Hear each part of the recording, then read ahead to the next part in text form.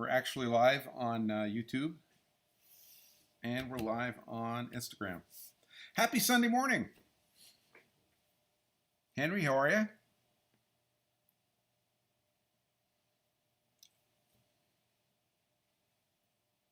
I hope you folks are having a great Sunday. It is a beautiful day here in New Hampshire.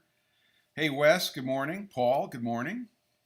Nice to see you, or be seen by you, or something. Hey, Barzy is here. Welcome aboard, Stan. I hope things are going good in the other side of the country. What do you got for temperatures today? We're supposed to break 90, but not by much. Henry's back home after a long vacation. Mr. Blodgett, welcome. Hey, Bart. Toolmaker 365. And we're doing great. So we're in our normal, our historical configuration here, broadcasting on both YouTube and Instagram simultaneously, which has its ups and has its downs, but so far it's working out pretty good. Sometime real soon, I will be bringing in guests again, and that will probably be a YouTube only thing. We'll see. We'll see how it goes. But just, if you guys are not yet subscribed to the YouTube channel, please do it. Barzy, you're in a sketchy cell zone. Isn't that like story of our lives? I think it's more important that the zone be sketchy than anything else.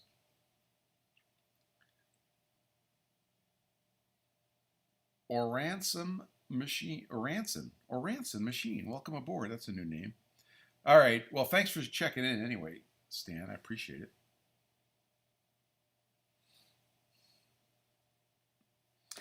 Anyway, so today we have a little bit of scheduled topic, but as usual, we will be dragged off into the weeds to talk about whatever you guys want to chat about.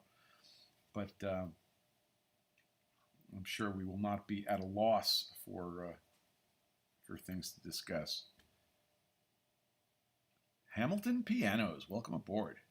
I hope this strikes a chord with you. Justin, welcome. Nick, welcome. Slow ramp up today. I think everybody was sleeping late. Usually we allow 5 minutes for the ramp up while everybody gets checked in. I'm starting to learn some of the things that happen. The computer stops recognizing the mic overnight, so I had to power cycle the mic and other little tidbits, but otherwise we're doing okay. Yeah, Hamilton Pianos. We'll see you. You'll see tomorrow. The only thing we can't do is answer your questions if you're not here, but. Paul is using both hands today. Thank you for doing that and giving me a report. It struck a chord. Excellent. I don't want to hammer the point. All right. So what is everybody else doing today? Anybody in the shop, or are you guys like chilling out a little bit? Because frankly, yesterday I hit a point and took the day off.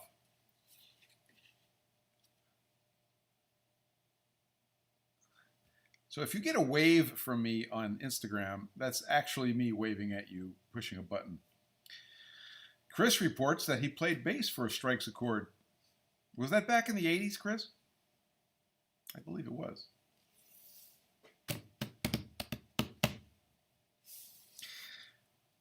So I got to take in some good videos yesterday. I watched some A-Bomb 79 videos. That was a lot of fun. Watching him work on his new toys. Early 90s? Okay. And that was kind of neat. What else did I see yesterday? Oh, just a bunch of stuff. Oh, I watched the extremely long video by Stefan Gottswinter on his AMA, Ask Me Anything. That was a lot of fun. Oh my gosh! So Wes, who is on YouTube, says he is in the shop today drilling holes with a 3-inch drill. Does that use more than a half a horsepower? I'm just curious. Asking for a friend. Good morning, almost. Ugly Skull, welcome aboard.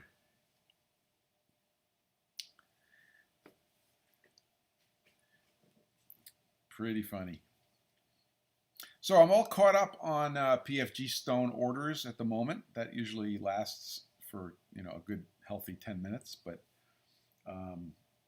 I do have work to do in that department, which I usually start that after the live so I don't make noise, or continue it after the live so I don't make noise. We had a bunch of new subscribers on YouTube. Welcome. And hopefully you'll get some nuggets out of this series. These, for you guys, the new subscribers, this series of lives, this has been going on for a while. The whole back catalog is on YouTube. Slowly we're adding timestamps and topics to the descriptions, but going through the old catalog is a little bit of a slow process. And I have a little bit of help doing that from Carl, who I haven't seen yet today, and he's been helping out, and others have been helping out too, so I appreciate that. Mr. T. Sanchez Moraes. I keep wanting to say, put the L in there, but there's no L. Welcome aboard. Oh, so Wes says he thinks the ST40 has a 50 horsepower motor, and he's using about half of them to drill 3-inch holes. We like that. That's just getting the work done. Awesome. A bunch of new names. Oh, now the party can start. Alexenko is here from Ukraine. Welcome aboard, sir. Nice to hear your or see your name pop up. So just a reminder, if you're on Instagram and you have an app with the little question button, on mine it's right here and yours it's probably right there, you could put a question in the question queue and we'll pick those up. Otherwise, if a question pops into your head, you could put it into chat on either YouTube or Instagram and we'll try to get it answered. I want to I guess we'll take one of the topics that I wanted to talk about as a starter, and that's the topic of community. And I think, I've observed that we have a really cool community in the machinist community. And in particular, we have a really good group of machinists that engage in social media and exchange information. And it's led to friendships, which, real friendships, which is really cool. So I want to recognize that. And I want to say thank you to everybody that's helped me learn things and get new skills by watching. I mean, even right now, amongst everybody that's here, Alex is an awesome scraping hand and is doing fantastic scraping work. If you're not following him, you should. Wes right now is running a Haas ST40, making big chips. Of course, we have Mr. Blodgett, who is a repairer of fine brass instruments. I mean, think of this the scale and the breadth of knowledge that we have in our community. It's really pretty amazing, and I'm very thankful for that. And I think you guys are pretty awesome. So. One of the things that's cool about these events and just online stuff in general is we can ask a question in an area that we're not familiar with, and if we're doing it right, we're going to find somebody who's an expert.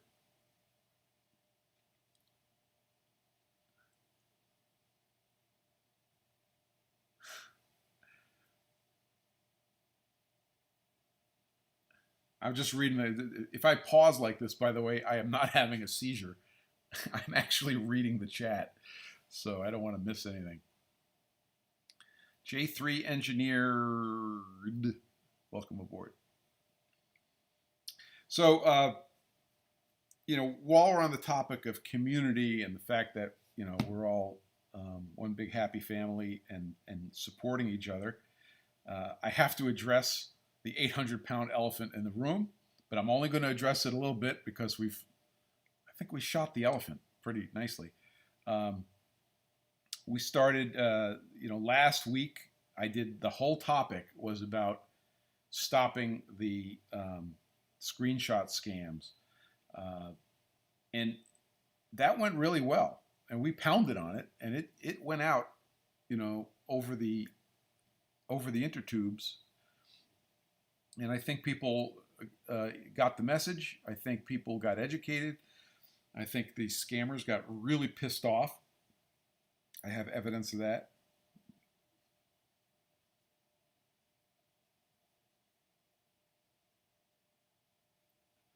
Almost Machining. So Almost is running one of my NOS coolant nozzles, the focused coolant nozzles. And he said he had a clog in the 0-degree nozzle hole. That's unacceptable. So, you know, obviously you could pop it off and clear it out. If you're not filtering super good, you could get a clog. But otherwise, I'm looking forward to a report from you, Mr. Almost Machining, as to how you like that. Yeah, Chris said it really well. He says, this is the ultimate I know a guy community. Can you do this? No, but I know a guy. And that is absolutely true. I'm very proud to be a part of it. So getting back to kind of putting the ribbons on last week's debacle, I think positive things happened. Knowledge got spread. People started to understand what was going on with the screenshot scams. The scammers starting to get really pissed off that we were educating everybody. I had a scammer, you know, try to come back to me like an opportunist. He saw the hubbub and then came back to me and said, "Hey, I could restore Alfred's account, you know, and it's only going to cost $100." So I had some fun with this guy. I played him like the fish he was, and eventually told him to screw off. And if you want to see that, if you want to see that that exchange, okay, it is available. Links in my Instagram bio will take you to my link tree, or just go to pfg.gg/links. You'll see it. There's a link in there, and you'll need a password. I just realized that this is backwards on Instagram, but I think you could figure it out. That's the password for getting into that page. So there you go. Oh, look at this. Tosha Esther 81 sent a request to be in your live. Unless you tell me why you want to be in my live, I won't approve that. Lemire Bob is here. Thank you for showing up, sir. How are you? We miss you. I'm sure you're up at the lake with the feet up and enjoying the gorgeous weather. So it's nice to see your face, which is in my mind because nobody else can see your face. Spencer Tool and Grind, welcome aboard. Dad? I'm live on the air. You want to come down and say hi to everyone? Yeah. Okay, then close the door. I offered. I'll be back. So anyway, so the last week's campaign went really well. Sometime this week I'll put out another reminder, and you guys should copy that slide that I put out about stopping this screenshot scams and just repost it. Okay. Anyway, don't K-Bonk says, don't forget to like and subscribe. Oh, that's a good idea. Mr. Morley suggests that I charge $100 to see the exchange with the scammer. That's a good idea. If I get contacted by the scammer, I may charge him. We'll see what happens.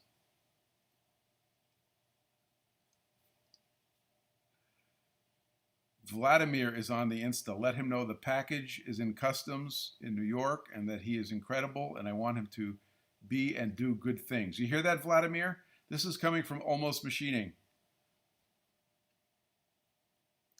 You're funny. Okay, so that wraps up last week's thing. You guys have a page to go look at and amuse yourselves.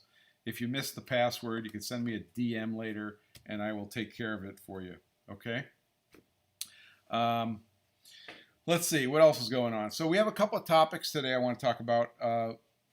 Just the topic of community was a big one. I wanted to, just acknowledge that magnificent situation we're in.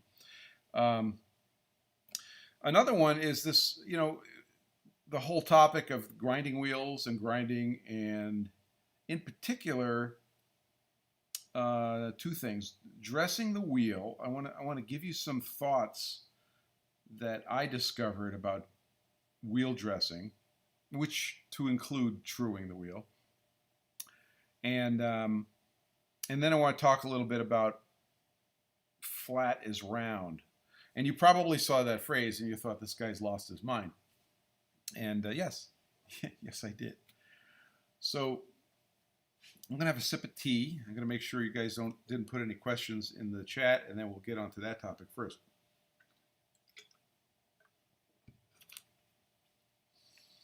So we're all standing on planet Earth, and despite the insane ramblings of some people, it is basically a sphere. To be more precise, it's an oblate spheroid. But we have this concept of things that are flat. And I've got a granite surface plate right here that is flat. And I sell you PFG stones, which I say are flat. But in reality, I want you to think about the concept of flat as really being round with a very big radius. So, the Earth is about 10,000 miles in diameter. I can't quite remember what the number is. Oh, here we go. So really, something that we perceive as flat could be curved, but the curvature can have a very big radius, a number that's very large. And if something is truly flat, we could say that that radius is infinite. And then as that radius becomes a smaller and smaller number, we could start measuring it and say, oh, that's not flat. That's got a curve to it. But as machinists, we have this concept of tolerances and allowances, and a certain amount of that curvature is okay. So again, for the purposes of this discussion, we're going to keep the topic of non-flatness really simple. And we're just going to assume that a surface may have a curvature to it, and that's it. Not a complex curvature to it, not a bunch of dips and valleys and other things. For the thought experiment we're gonna have today, we're just going to think of it as one number, the radius of curvature. That's it. It does get more complicated, but we want a simple thought experiment to talk about what we're talking about today. Okay? So let's talk about grinding wheels. Not in terms of specifics of grinding wheels, which we did a really good job of, I think, 2 episodes ago, but just in general. And today I'm going to use my advanced graphics system, which I know a lot of you are very excited about and probably want to get a copy of this advanced graphics system for yourself. But we think of an ideal grinding wheel as being flat on the bottom. And therefore, when we grind our stuff, we're going to transfer that shape to our stuff. So flat is good, right? And when the wheel gets worn, it starts to get roundy. Because typically we'll take our grinding wheel and we'll traverse it across the work in both directions, and now the corners are going to wear and they go away and we end up with a round. So this is, you know, in our brains we say, oh, that's an ideal grinding wheel, looks like this, and a worn wheel looks like this. And in fact, even my, you know, my grinder with its automatic wheel dressing, you know, kind of the same thing. Okay, so this is sort of the standard language, the standard picture that we have in our heads. And we're going to talk about that curve. I just want you to start thinking about that curve as being part of a circle that has a radius of curvature. Okay. Hey, so Almost is now playing with both hands. All right. So what do we do about it when we have that grinding wheel, you know, doing its thing and wearing? Every now and then, we don't like what's going on our grinder, and we decide we have to true and dress, or just dress, our wheel. So we come along with our diamond, in the case of a standard grinding wheel, like aluminum oxide, and we traverse. Oh, okay, Almost, no problem. Almost Machining says he had to go mobile. So I was wondering why he bounced from YouTube over to Instagram. No problem. So we take our diamond, right, and we run the diamond across the bottom of the wheel. Actually, we run the wheel across the diamond. And we bring that surface back from having that curvature to being flat across, okay? But actually what we're doing is we're copying the ways of our grinder onto the wheel. Now, you'll have to agree with me that over a half an inch or whatever, our ways are going to be pretty straight and pretty flat. So we transfer that shape onto our wheel with our diamond. Now, how come we use diamond? Why do we use diamond? If anybody wants to take a stab at this, put it in the comments. How come we dress our aluminum oxide wheel with a diamond? I'll give you a moment to answer while I take a sip of tea.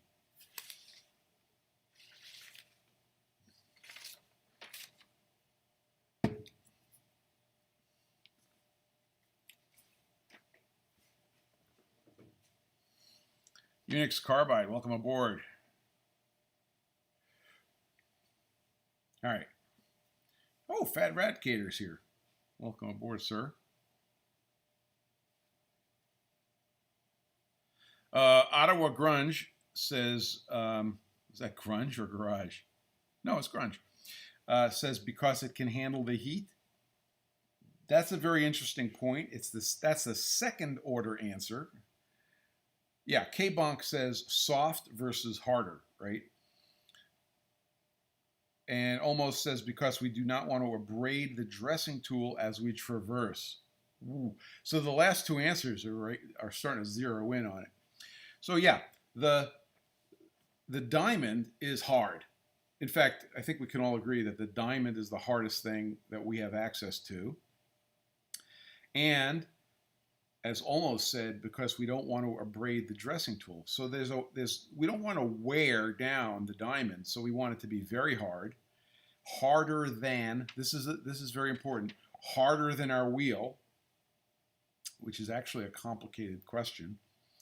And we run our diamond across and we say, we have now dressed our wheel, and what happened to our diamond?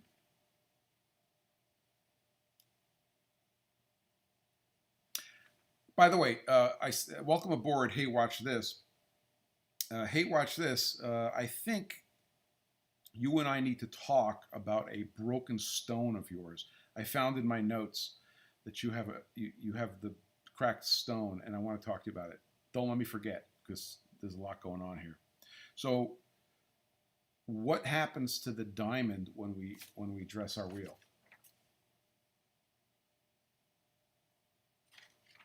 Here's a question for you. Does the diamond wear? does the diamond wear? Okay, yeah, let's talk.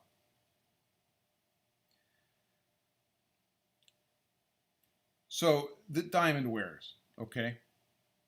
It's the diamond, that magnificent diamond that you paid 30 bucks for, is a consumable. Yeah, it wears, okay? So does the wheel wear? The wheel wears. We already said that. We all know that, right? That's why we're dressing it. So if the diamond wears and the wheel wears, how can we assume that the diamond is like perfect and never changes? We cannot. Welcome aboard Inspiration Metalworks. Nice to see you, bud. So we have this thing that I've been calling dressing ratio, which, and I know this is backwards for you guys on the Instagram.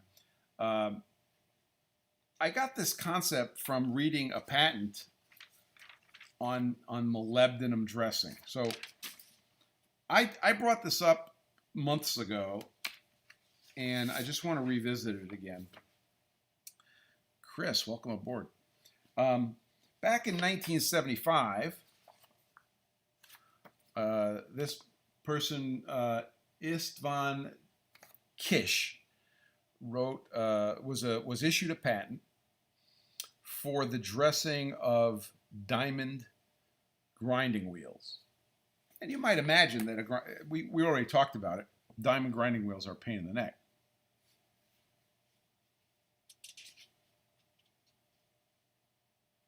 So, but buried in his patent was a really cool term, because he was addressing the issue of having to dress something that is diamond. It's really hard.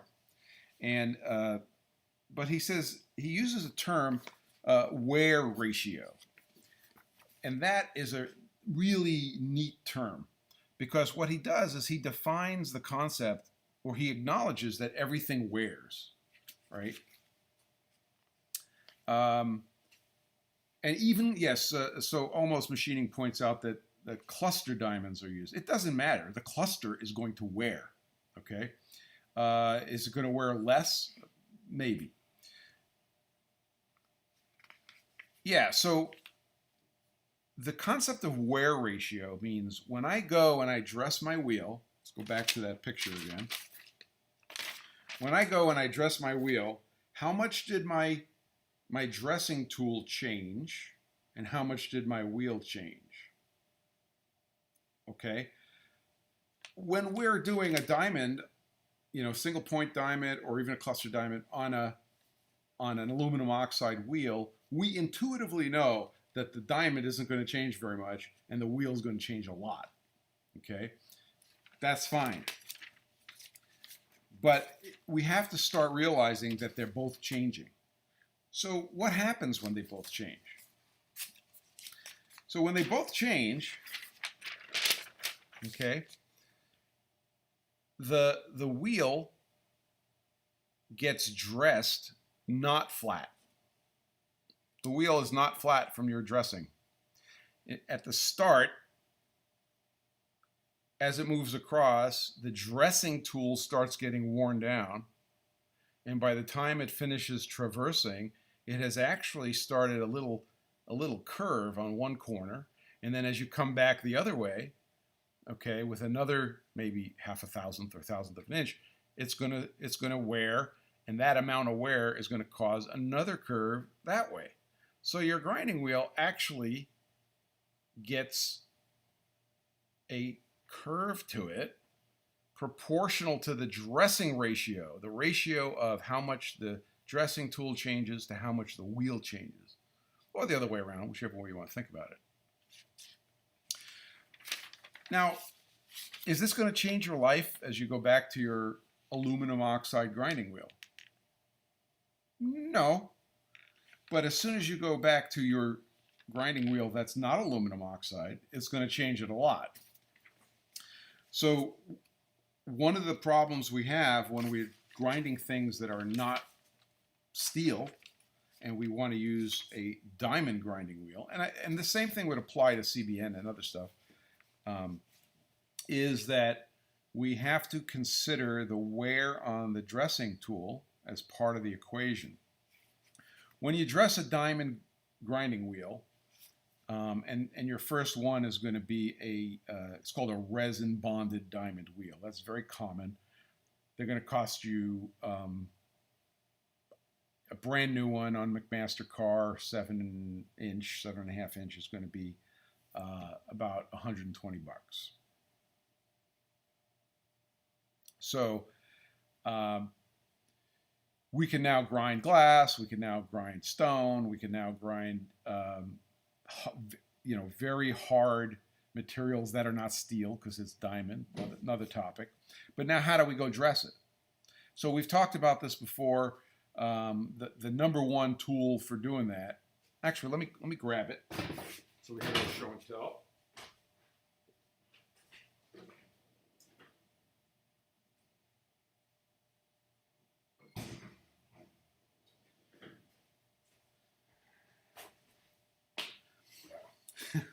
The place is a mess. So this is a brake controlled dressing, a truing device, brake controlled truing device by Norton. By the way, I saw prices for these things that were just nuts. They're selling these for like almost a $1, which is crazy. This is of course off of eBay, and it's an aluminum oxide wheel and then a centrifugal brake. And this is to get the relative surface feet per minute between the wheel and between the grinding wheel and the dressing wheel down to a lower value for reasons we're not going to dwell on. And this allows us to knock the diamonds out of the matrix. But this wears. In fact, this is a pretty well-worn one. These come in 3-inch diameters. This looks like it's at about a little more than 2-inch diameter. So I've used this quite a bit. This is an expendable item, and it takes a lot of dressing on this device in order to take a resin bonded diamond wheel and get it trued. That's why we're very careful about how we treat our wheels. Hey Tuck Garage, welcome aboard. Did I say hi to everyone? I think I did. So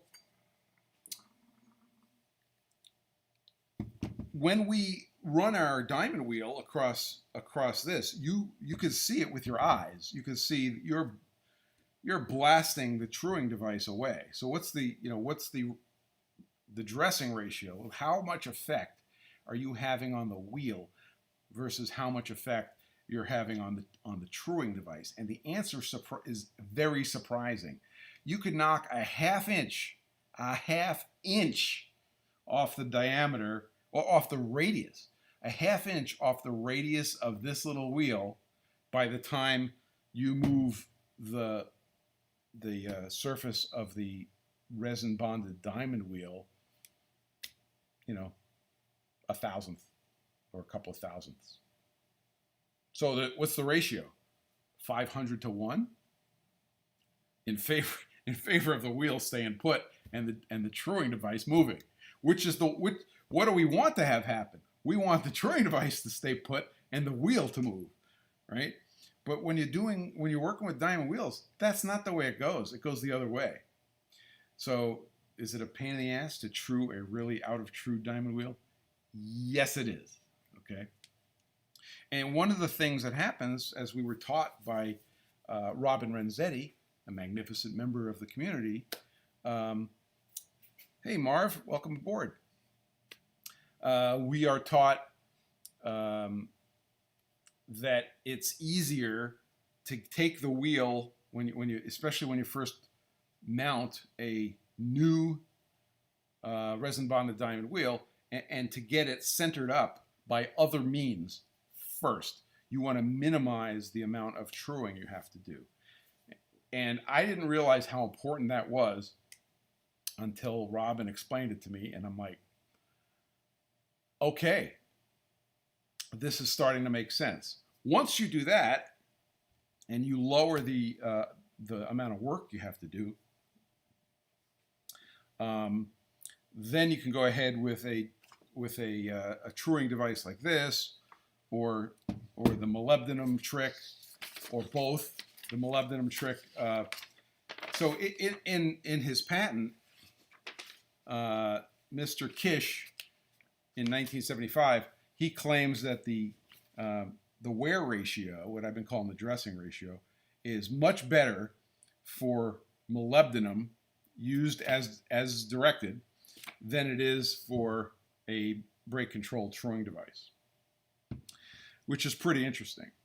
One of the catches is that you have to slow down the surface feet per minute, and he talked about I'm going to get you that number, 600 to 700 surface feet per minute during the molybdenum maturing process. So you have to change the wheel speed. If that's hard to do, then this sounds very appealing, because the act of this rotating and having a brake is what takes care of that problem. Of course, on modern machines, or any machine that has a VFD on it, you could just grab the VFD and turn it down. So we can greatly affect the dressing ratio by our choice of methods. But I just want you to understand that when we go to dress, there's a ratio between how much we affect the wheel, how much we affect the truing dressing device. It's once you start messing with diamond wheels, you start appreciating how easy we have it with aluminum oxide and a diamond dresser. It's almost a no-brainer. And then there's a lot more to consider when you're dealing with the diamond wheels. And quite frankly, this is one of the issues with making the PFG stones, is keeping the wheel in good shape so that it produces the surfaces we want. Because we want a really nice surface on the stones. And if you're dealing with a piece of glass or a piece of carbide or a piece of whatever, and you want a really good surface, it should concern you also. So we're trying to get that to work. Now, we are going to have a radius of curvature on the wheel, because we already talked about the fact that the truing device is going to change as it goes across the wheel. So we're going to end up with a curvature, and we want the radius of that curvature to be very big. So now I want to throw another wrench in the works. And by the way, I am watching chat. If you guys have questions or comments, feel free to throw them in. If I need to ignore you, I have no problem ignoring you. I'm going to take a sip of tea.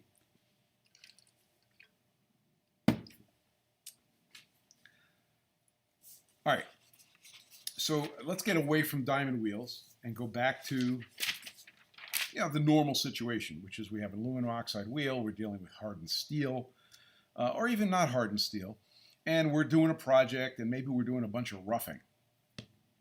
By the way, if you've been following me, you may recall that I modified a grinding vise to make some clearance for a particular application having to do with making the PFG stones. It was for the bevels, to be able to make the bevels nicely. I built my own jig, and I had to modify a grinding vise. And of course, we named it after I finished that. It was called Clarence.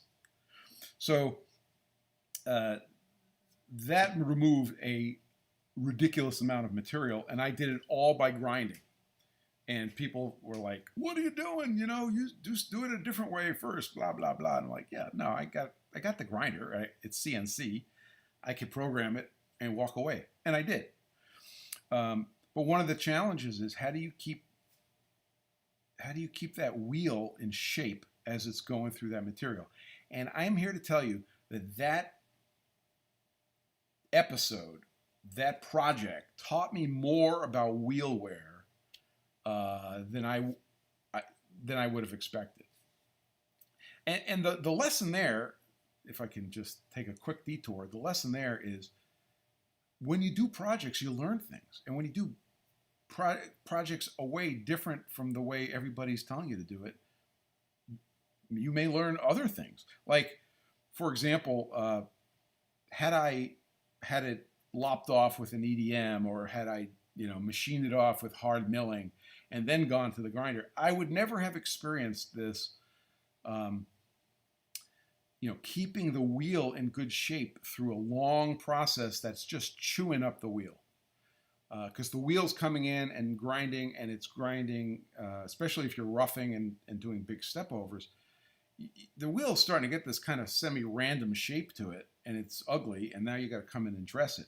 So deciding how often do you do that? How much do you leave for your final finish? And then how do you dress before the finish? The nice thing is, on that silly machine, you could tell it, this is how far you can go before you dress, and then it'll do its thing, and then it'll stop, it'll go over, and it'll do a dressing routine, which you also define, and then it goes back and it'll finish up the grinding. It worked perfectly, but more importantly, I started tuning the process because it was a long process. I had time to start tuning it and say, oh, and I'm going by memory here, I could remove 10,000ths of material roughing.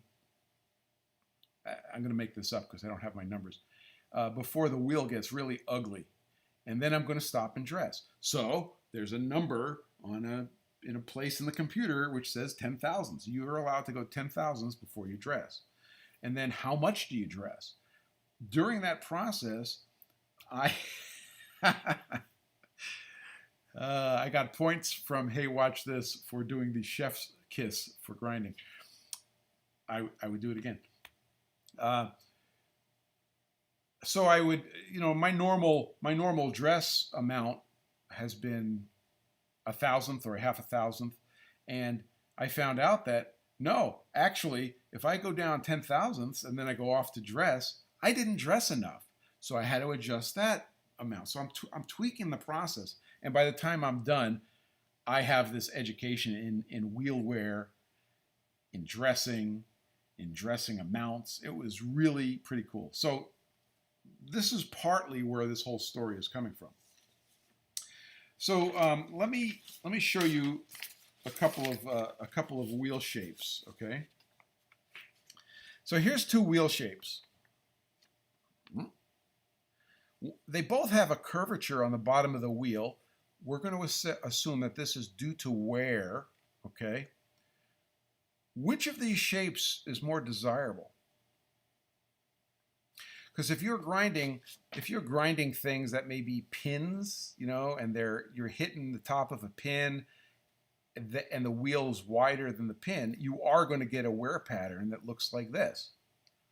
Whereas if you're doing a whole bunch of flat grinding, and this means a concave shape on the bottom, and if you're just doing a whole bunch of flat work, you're going to get a wear pattern that looks like this, which is a convex wear pattern. Okay? So the first question I have for you is, would you agree that both of these wear patterns on the wheel would exist?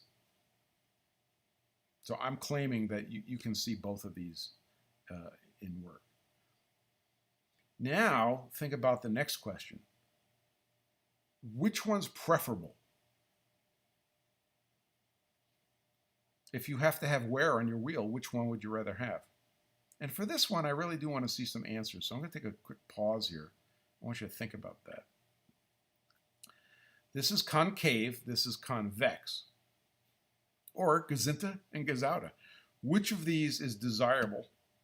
And which of these is undesirable? Hey, Watch This says convex. Tuck Garage says convex.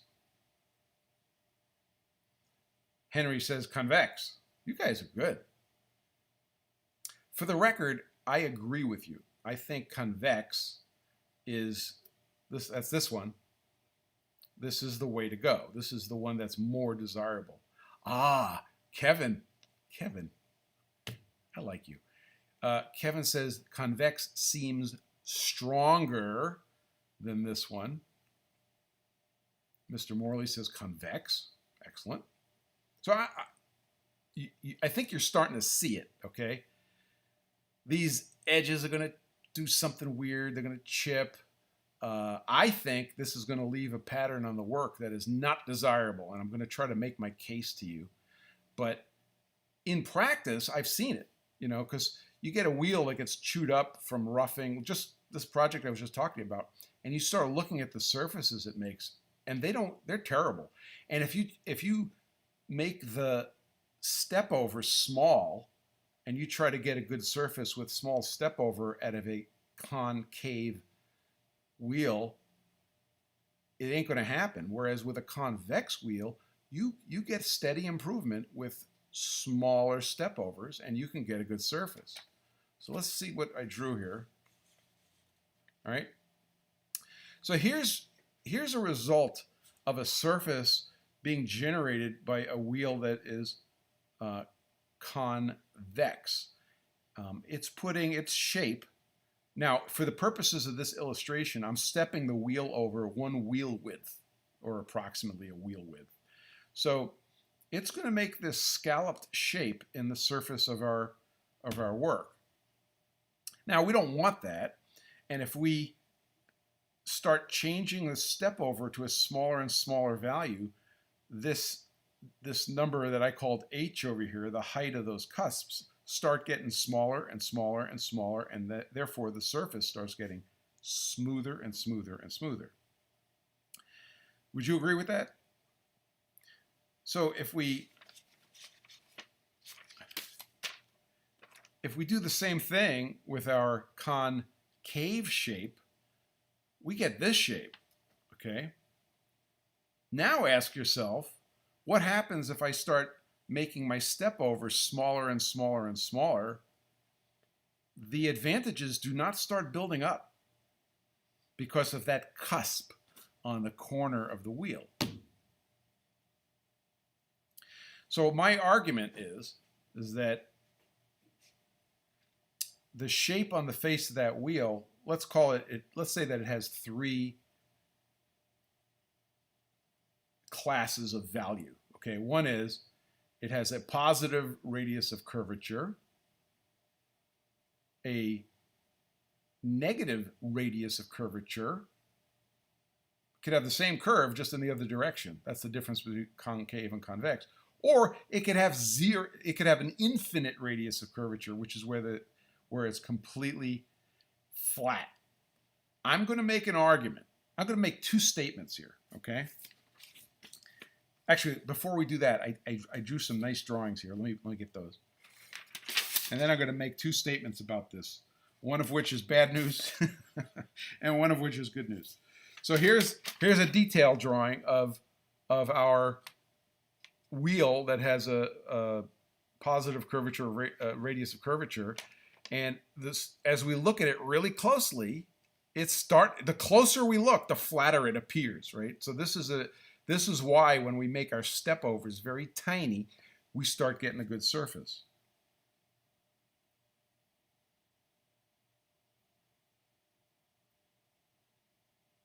Hey, Henry, let's talk about your question after I finish my diatribe, because you have a very good question and I want to address it, okay? So we're going to answer Henry's question. The second zoomed in picture I want to show you is this one, which you've already done in your head, right? If we have the concave wheel and we zoom in on it, we see this cusp. This cusp isn't helping anybody, okay? So here's the good news and here's the bad news. Now here's the bad news and here's the good news. The bad news is that the shape on the bottom of your wheel is imprinting itself on the work, and there's nothing you could do about it. You want to have a convex shape on the wheel. Flat's okay, but that is a single value of radius of curvature. It's hard to get to. It's hard to make something perfectly flat, right? Isn't that like my whole life right now, is making things perfectly flat? So you kind of want to be on the convex side of 0, not the concave side of 0, ever. So you have to think about this. So as you're doing grinding, and you have to be managing, you're managing your part, everybody's staring at the part, but you also have to manage the wheel. Your job is in two places: manage the wheel wear, manage the part wear. Am I right? So the good news is that every time you dress the wheel is going to tend to have a convex shape. In other words, there is no the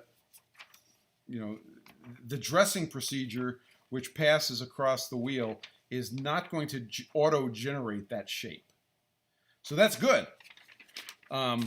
It's going to auto-generate that shape. So dressing is good. Dressing helps. Dressing will improve your ability to put a good surface on the work. So if you start putting a convex shape on your wheel, the red lights should go off. You should start saying, whoa, I'm going to have a problem getting a decent surface. So now it's just a matter of how flat can I get it from convex toward a infinite radius of curvature.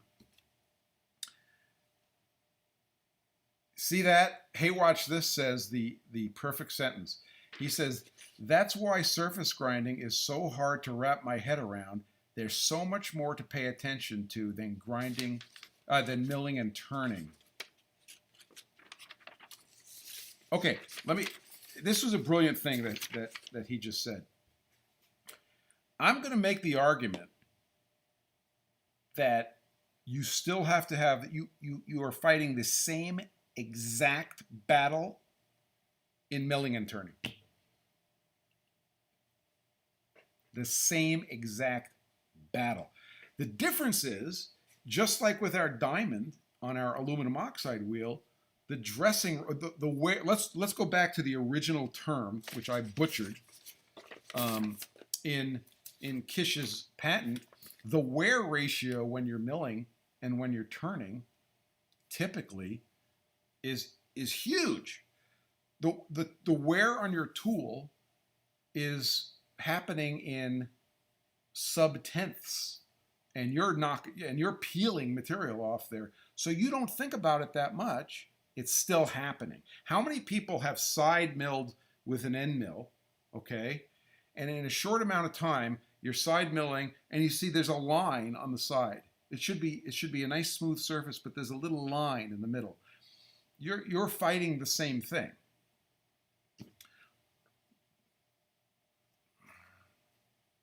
I'm reading, sorry.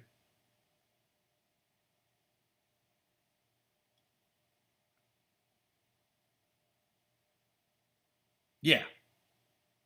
So this is too long to read, but almost, I think the light bulbs are starting to really turn on. He says, this is why we have a traverse. Convex, or when you see someone abrade the edge of the wheel.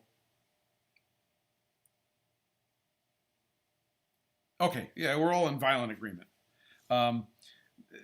Sometimes you'll see a grinder hand take a NORBIDE stick and go over and kiss the corners of the wheel. I have done this many times, okay? Because I learned that this was something you do. It's like chamfering the corner of the wheel. You're killing those cusps. Tuck Garage says, especially, he totally agrees, especially when only the lower half of the end mill gets used, and then you take the full face cut. Thank you, sir. Based on your statement, I will go back to, hey, watch this, and say, you see, you actually do think about this, but you think about it at a different rate. Almost Machining says, I used to dress 12-inch wide wheels. There's a lot more to this. Yeah, of course there's a lot more to this. We're doing first order stuff, not eighth order stuff, but you're right. So it happens quicker and more evidently in grinding. So you just have to have the wear of the wheel higher. It's like the wear, let's not call it a wheel, let's just call it the cutting tool. So right now when you're milling and turning, your consciousness of the wear of the surface you're machining is very high, and your consciousness of the wear of the tool is pretty low, okay? But in grinding, your consciousness of the wear on the wheel has to be, I'm going to claim as much as on the work.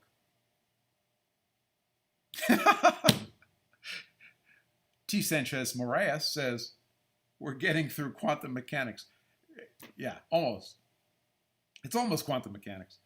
But it's quantum machining is what it is. So if there's a takeaway from this, it's you have to pay as much attention to what you're doing to your wheel as what your wheel is doing to the work. Let me say that again because I think that's worth it. You have to pay as much attention as to what you're doing to the wheel as to what your wheel is doing to the work. And when in doubt, dress the wheel. So on the Okamoto, if you're running a CNC cycle and you're set up to do dressing, so you got the aluminum oxide wheel on it, you're working on steel, you've already set up for this, so you'll be grinding, and if you look over and you say, yeah, I kind of want to dress the wheel. There's a button.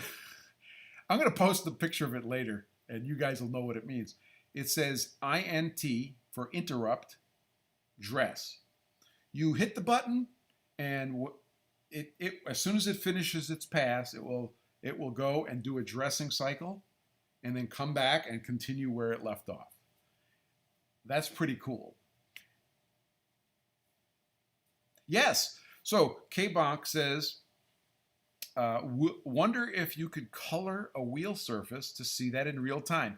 Yes, yes, yes, yes, yes, yes. And the best thing to do that with is, do I have one? Ha-ha! Okay, I have in my hand the perfect tool for doing this. Does anybody want to guess what it is?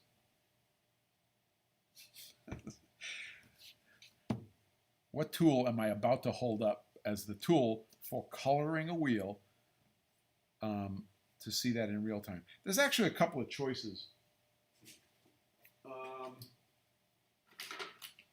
I only have one of the choices. A China pen. That's a good one. I like that. That's not the one I have. A paint pen. I'm going to say to the paint pen, and we'll talk about why. A Sharpie DD. A Sharpie DD. Okay? He says Sharpie, but obviously this isn't what I pulled out before. So Sharpie works. I'll give it the number 2 slot. Oil pencil. I don't know what an oil pencil is, but you're closer. Oil pastel. Yeah. All right. I won't drag it out. Carpenter's pencil. Nice big fat graphite lead.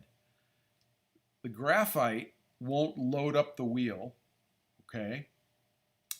The graphite won't hurt the work. The graphite won't react with anything. I like graphite, so I like a carpenter's pencil.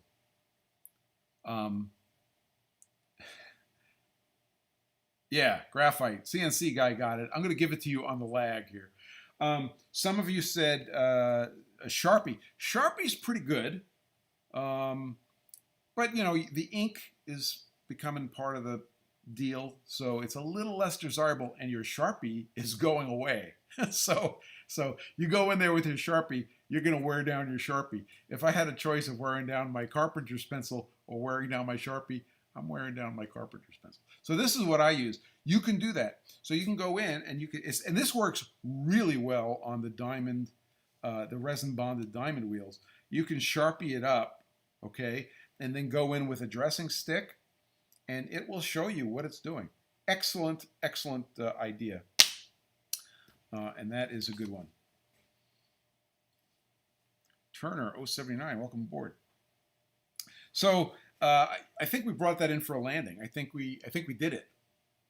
And this was I enjoyed this topic. I have a couple of conclusions here, which I just realized aren't going to help the guys on Instagram at all. But this is the first one. This says flat is round with a very big radius. but a positive radius is a lot better than a negative radius. In other words, a convex curve on your wheel is better than a concave curve on your wheel. But the good news is you automatically get that from the typical dressing scenario. Think about dressing ratio, what Kish called wear ratio. Bigger is better, and diamonds still wear. Diamonds still wear. So this is sort of another, another peg in the pegboard of everything is pasta. Robin Renzetti says everything is rubber. I say everything is pasta. Imagine you got yourself a lasagna noodles, right? Dried lasagna noodles, but you boil one because you're making lasagna. Can you cut a cooked pasta noodle with dried pasta? I say yes. You could take a dried piece of pasta and cut the boiled piece of the same pasta, right? Same material, different heat treatment. But everything bends, everything moves around, everything so if there was a title of this whole discussion is everything wears. And managing that wear is sort of the key. So if you decide to get into grinding, don't be afraid of it, but these are sort of the things you need to think about. And Hey Watch This correctly points out, especially if your pasta is serrated. That's exactly what I was imagining. And you know, it's a remarkable coincidence. Chris, are you still with us? Chris was telling me, this is the Pragmatic Machinist. We're friends. We talk a little bit on the doobly-doo. And Chris was telling me just the other day that he played bass for serrated pasta back in the 80s. Can you elaborate on using NORBIDE stick to chamfer the wheel? Yes, I can. If you'll give me 1 second, I'm going to grab the NORBIDE stick.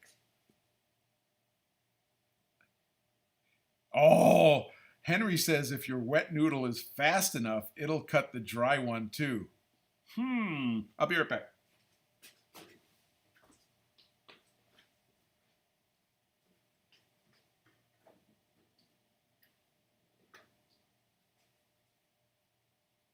Where is my NORBIDE stick? Ah, found it.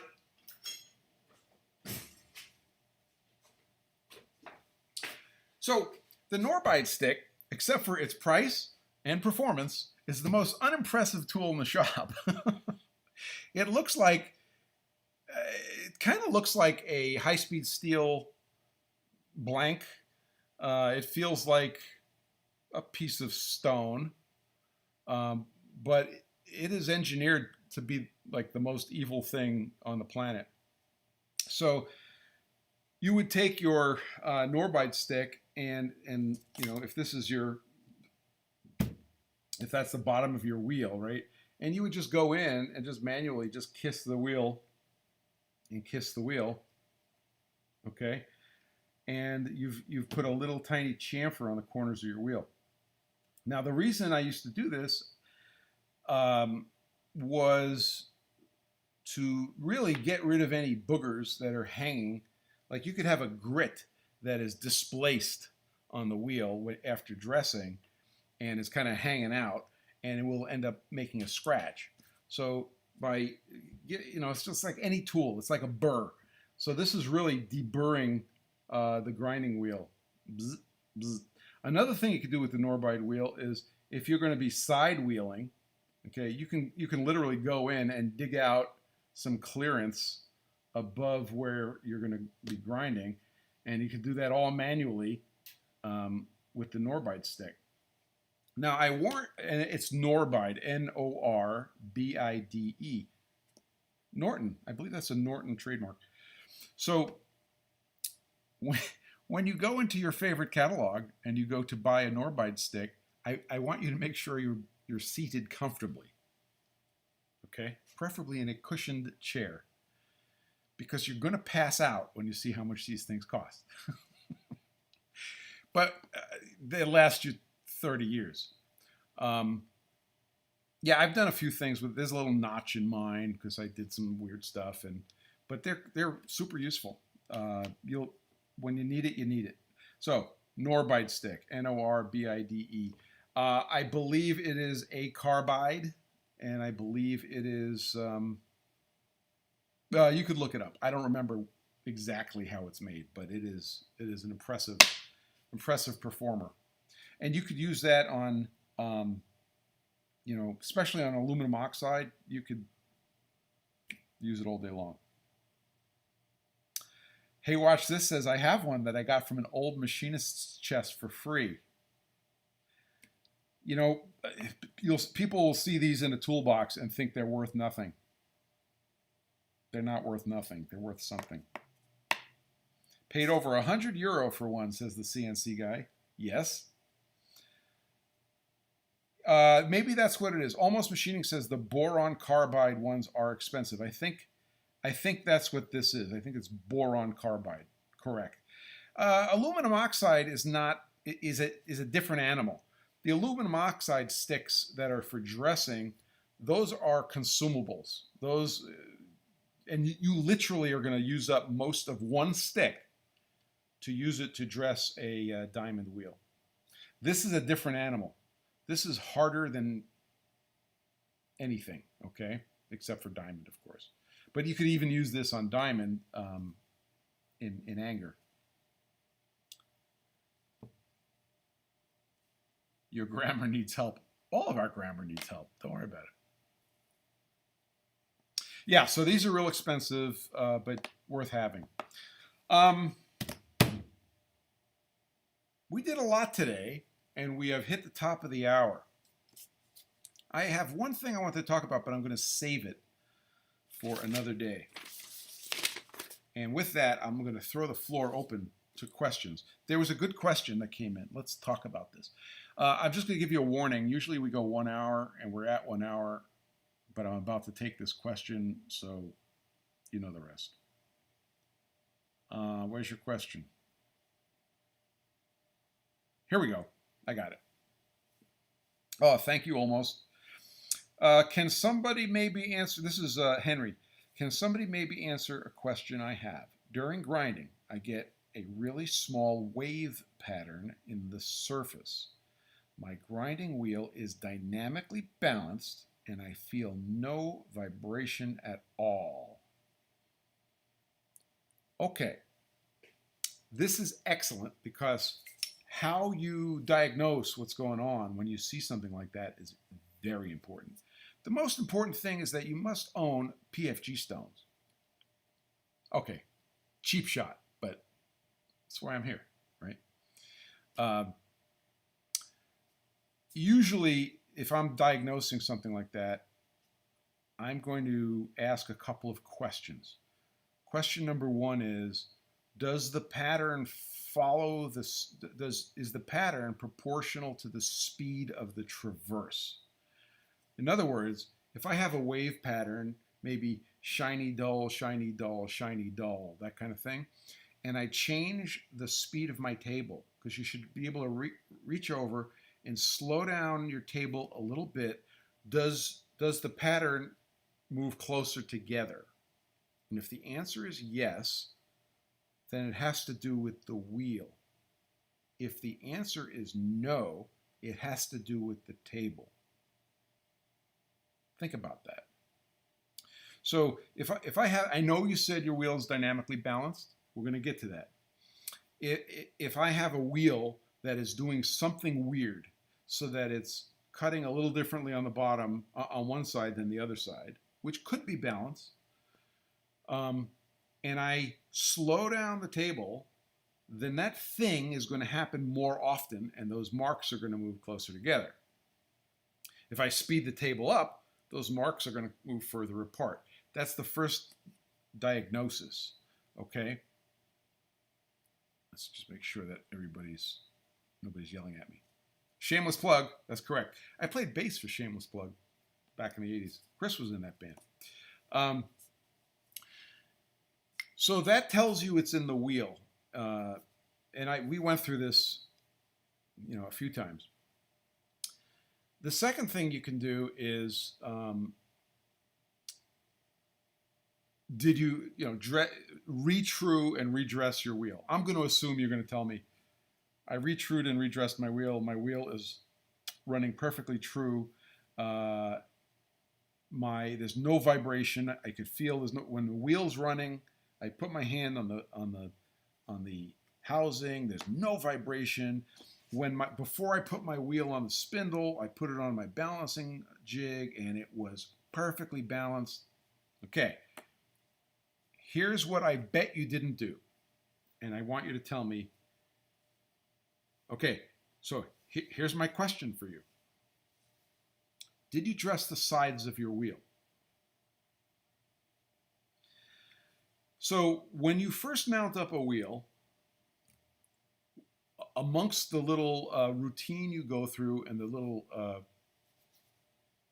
ritual, that's the word I was looking for. Amongst the ritual should be dressing the sides of the wheel.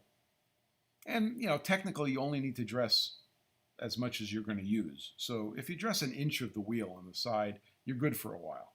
But you need to dress the sides of the wheel and the bottom of the wheel. And here's why. Because if you have a wheel that's, when you mount it in your adapter and everything, if that wheel is really like this, okay, so that as you spin it, if you watch it from the side, it does this, okay? You can, okay, Henry, thank you for being honest. How far up? An inch is good. You may not ever have to do this again, so I would go as far up as you dare use the wheel, plus 1/10, right? So if you have that wheel and when that wheel is mounted, it is like this, and as it spins now, it's going to wobulate. I contend that you could balance that wheel perfectly. You could get out your B200 balancing ring from Kinetic Precision, put it on there, go to your balancing stand, which Kinetic Precision hasn't made yet, I'm sorry. Balance the crap out of that wobulating wheel, and it will balance. Then you could put it on your grinder. You could dress the face of that wheel, and it will dress. Or it will true, and then you'll dress. True and dress. It'll come out perfect. Then you'll put that thing on the work, and you'll get exactly what you're seeing. Because as the wheel wobulates, it's going to cut with side pressure and then no side pressure.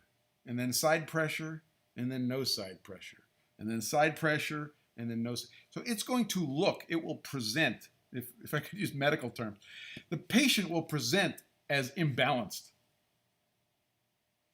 I've heard that a lot, and I'm not even sure why. Even though it's balanced. Oh, Henry, we have to talk. Henry says, I balance my wheels on the grinder itself. How do you do that?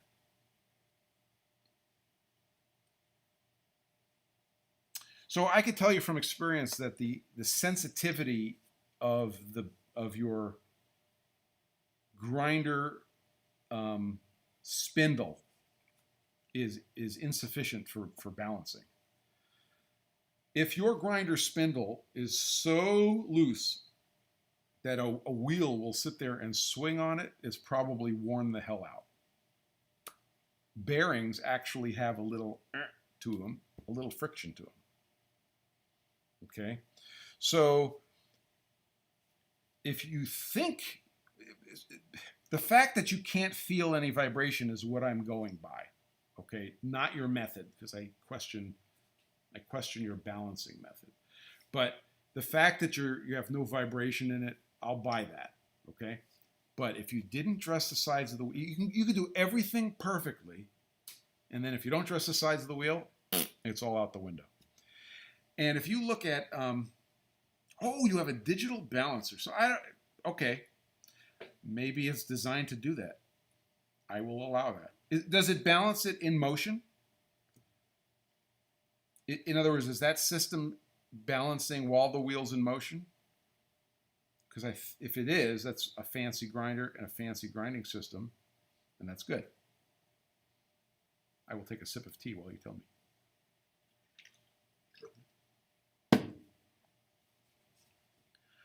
Ross Foreman, welcome aboard. We're getting to the bottom of this, Henry. So there are machines that will auto balance, and I could have gotten the auto balancer for my machine, and it would have cost me $15,000 extra. How would a digital balancer work? Can I take a pass on that one for the moment? It's a fancy mechanism, and I don't want to take a shot at that right now. Let's just assume it changes where the point of rotation is on the wheel, right? Until it balances. Okay, I'm going to assume, Henry, that you got a super fancy balancer, digital super, oh yeah. Ah, beautiful. Okay, so Henry says he brings the wheel up to grinding speed and then it outputs a number. So you have the fancy balancing system, and it will tell you to put a weight somewhere and do things. Okay, so let's just assume that balancing is handled. You need to dress the sides of your wheel. So your homework, Henry, is to dress the sides of your wheel, repeat your balancing and preparation process and your truing and your dressing, and then tell me what happens.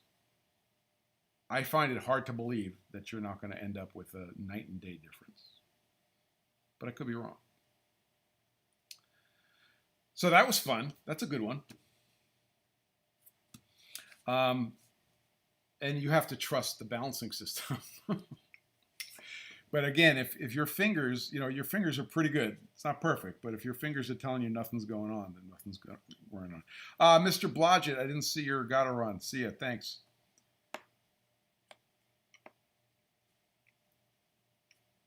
Okay, I will look at that link later.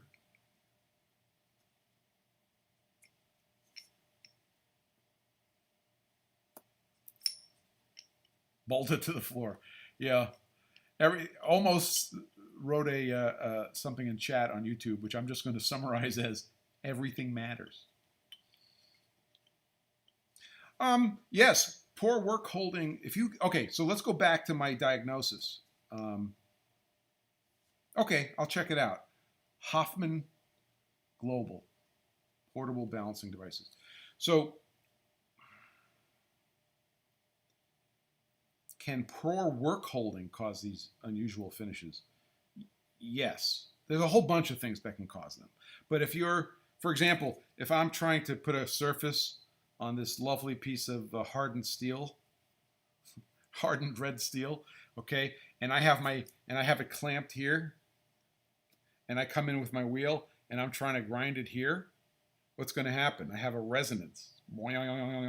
It's a diving board. So if the work can vibrate, yes, absolutely, it can affect that. Is there a way to deal with that? Yes. Fill it with wax. Seriously, if you have a cavity, right, a part that has a big cavity in it, and then you're grinding here, that cavity can be vibrating. Fill the thing with wax, and then go. Oh, let me write this down. This is pretty cool. Easy Balancer EB 3500.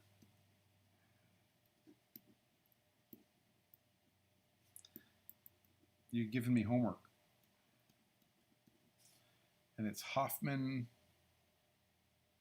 Global. One F? One F. How many N's? 2 N's. I have homework. I will take a look. Sounds neat. But yeah, I was able to spend an extra $15,000 if I felt like it and get an auto balancer. It was for me, it wasn't worth it. Okay, I think we did it. We're really over time, but I think we drilled down into Henry's issue find probably the most likely scenario.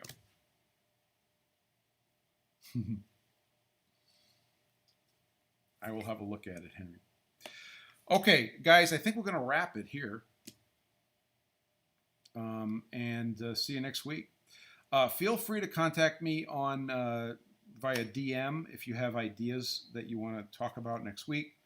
I would like to hear them, and I will steer in that direction. I hope this was useful for some of you guys. I hope it was maybe even a little enjoyable, and I had fun, and I think I got my message across. And we'll see you guys next Sunday.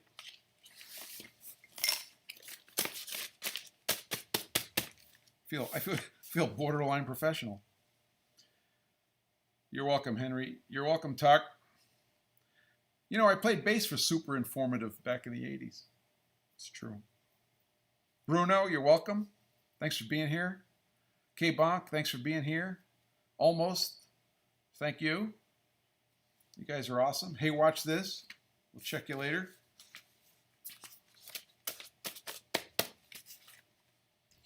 And now I have to decide whether I'm going to do work in the shop today or just go chill out. All right, I'll be available. If you go to the links in my bio on Instagram, or just go to pfg.gg/links, and you find the scammer page that requires a password. Figure out what that says. There's your password. And it is funny. I think you'll enjoy it. All right, guys. Take care. Signing out.